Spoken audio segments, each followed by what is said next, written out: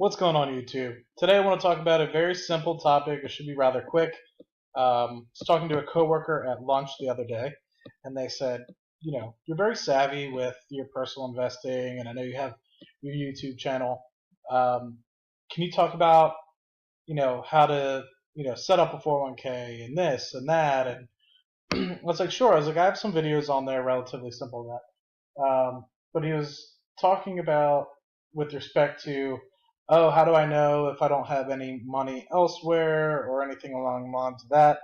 And I basically straight up told him, you know, I would personally contact each one of those corporations that I worked with and check the HR department and figure out, who they invest with and if there's any potential, if they have a strict policy where everyone is invested through, say, a 401k or 403b plan. Um, because I know in previous jobs before I got my engineering degree, I had, small jobs here and there that all had some sort of 401k or compensation plan. So then him and I decided to take a look using our mobile phones, and we found an article like this. This is from Charles Schwab, basically saying, hey, do you have a lost 401k? Here's how you could potentially find it. And it basically goes through and talks about, the statistics of, how much is basically left behind just in 2015 alone, which was almost $8 billion, or at least reported of $8 billion, left behind. And it gives basically two websites that you can go to. So missingmoney.com and unclaimed.org. So unclaimed.org brings up a website like this. You can click, wherever you want within the organization or within the United States. Any of the gray is basically where you can look at. Apparently, you can look at Kenya as well. It's interesting.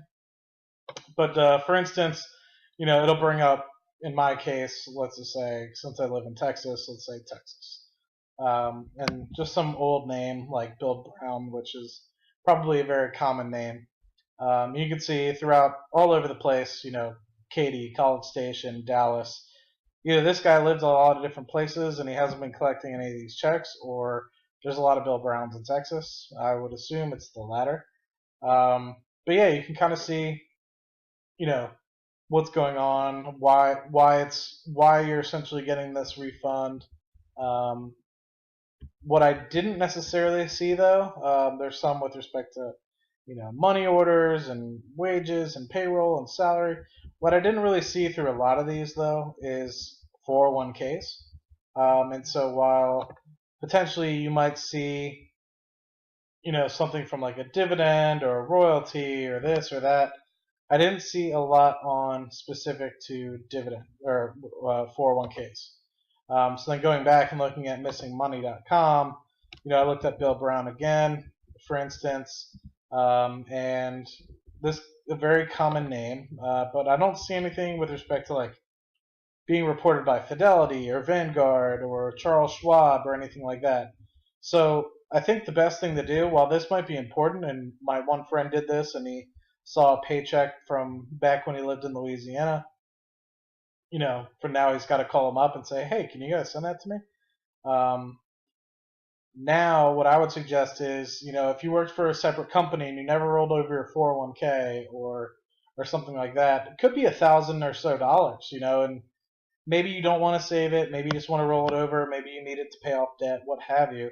But most major corporations like your hospitals, your retail companies, they all want to provide you with the ability to save.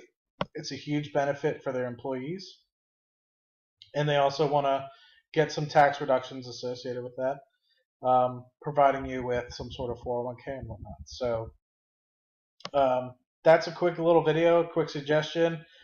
He presented it as a good topic, which I agreed with. I think I've been in that situation before where I've had to roll over a 401k. Luckily, Vanguard called me and said, hey, you have X amount of dollars. It's going to either cost you X amount per year or you can close it. And I think it was like $500. And at the time, I was going from high school to college, so I didn't really have a planning and saving mentality at the moment. So I think I just spent it on junk food or something, regardless at the time. So um, anyway, that's really it. So if you have any questions, suggestions, or comments, feel free to leave them down below. And if you haven't subscribed already, please subscribe.